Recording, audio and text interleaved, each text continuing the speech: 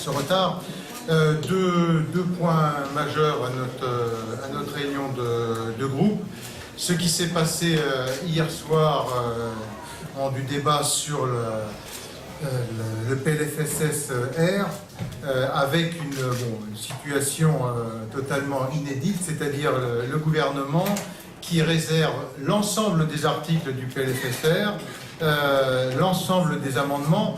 La technique de mise en réserve est utilisée par toutes les majorités, mais on l'utilise sur un article parce qu'il y a besoin d'arbitrage interne ou d'un complément d'information technique. Bon, nous l'avons fait, le gouvernement actuel l'a fait à plusieurs reprises, on l'a fait souvent sur les PPL également du jeudi, mais là, sur l'intégralité d'un plan de financement rectificatif de la sécurité sociale, ça n'a jamais été fait. C'est-à-dire on est vraiment dans l'aberration, avec un texte qui justifierait d'être retiré, parce que quand le gouvernement, alors que c'est la mise en application en fait de son programme de stabilité et donc de réduction de charges, que tout cela a été annoncé depuis des semaines et des mois, ne pas avoir de majorité le jour J pour le voter, ça veut dire que, déjà évoqué, mais que le Premier ministre a perdu sa majorité.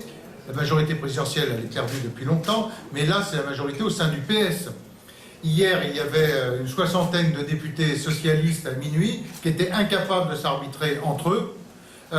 Et donc, on en est avec un gouvernement qui, lorsque les élections ne conviennent pas, reporte les élections, et là, lorsqu'il n'arrive pas à faire voter un texte, réserve les articles. Je veux dire, c'est du jamais vu.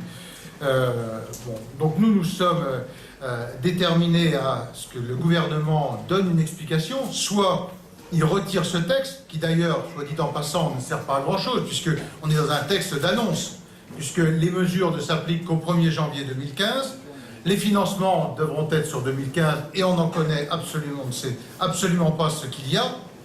Donc ce texte, au lieu d'être une opération de communication du Premier ministre, finalement, compte tenu que le Premier ministre n'a plus la majorité, même au sein du groupe socialiste aujourd'hui, je pense qu'il retirerait le texte, ça ne changerait pas grand-chose. Ou sinon, il nous annonce clairement que le président de la République, demain, va présenter une délibération pour utiliser le 49.3. Puisque vous savez que là, l'utilisation, spécialiste du Parlement, on est dans l'utilisation de l'article 96 du règlement, qui est en fait une déclinaison de l'article 44.3 de notre Constitution, qui permet le vote bloqué, c'est-à-dire de voter tous les articles et les amendements ensemble. Et sinon, l'autre possibilité, c'est le 49.3, où là, le gouvernement engage sa responsabilité. Mais on ne peut pas redémarrer la séance cet après-midi de cette manière. Je l'ai dit en conférence des présidents ce matin, je l'ai redit au ministre chargé des relations au Parlement. Pour nous, il n'est pas question de laisser faire les choses de cette manière. Donc voilà pour le premier point. Le deuxième point, c'est sur la taxe de séjour. Nous sommes très opposés à l'augmentation de 1,50 €, 2 €, je ne sais plus, à 8,50 € de la taxe de séjour. C'est un sujet qui est de première importance pour l'économie touristique. On est là dans un secteur où nous sommes leaders, et quand on négocie, moi je suis maire d'une ville touristique et beaucoup de mes collègues le sont aussi, quand on négocie avec des tours opérateurs étrangers, chinois, japonais, russes ou américains, on se bat à quelques dizaines d'euros près. Et parce que le compte que j'entends qui est complètement aberrant en disant mais finalement quelqu'un qui va dans un 3 étoiles ou un 4 étoiles, qu'est-ce que ça représente? 8 €. Mais c'est le déclenchement d'une nuitée. Or une nuitée, chez tous les professionnels du tourisme, ils vous expliqueront qu'une nuitée de plus, ça déclenche un investissement important, c'est-à-dire que les gens qui restent la nuit vont faire des courses le lendemain, vont au restaurant, et donc ça a une incidence très, très forte, le nombre de nuitées sur toute l'économie touristique. Donc augmenter de cette manière complètement inconsidérée la taxe de séjour aura des répercussions graves sur un secteur qui est très concurrentiel, parce que là aussi les arguments, on a entendu nous expliquer que finalement, ça n'est pas délocalisable, que l'industrie, le tourisme, ça n'est pas délocalisable. Non, mais c'est les clients qui sont délocalisables. Parce qu'on est dans un marché qui est très concurrentiel. Donc plutôt que de venir en France, ils peuvent effectivement aller en se battre tous les jours avec Rome, avec Madrid, avec Barcelone, avec Londres. Et là, les opérations se bouclent encore une fois à quelques dizaines d'euros près pour accrocher une nuitée supplémentaire pour un groupe.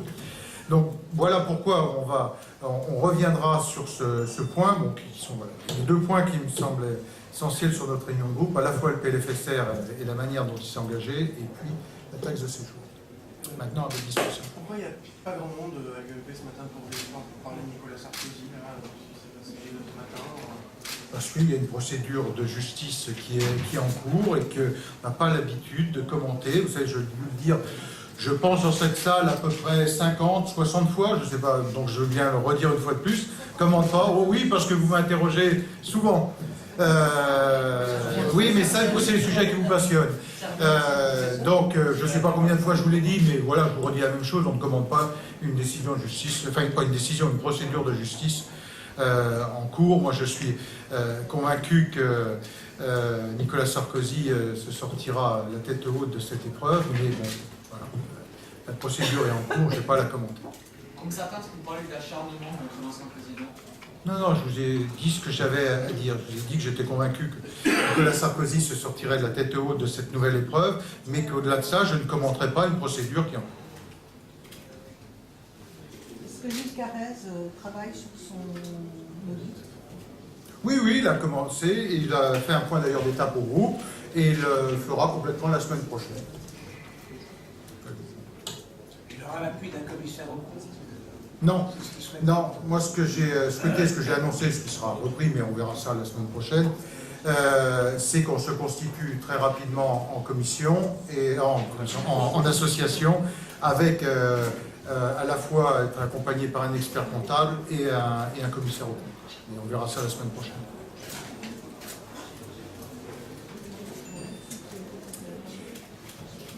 C'est bon?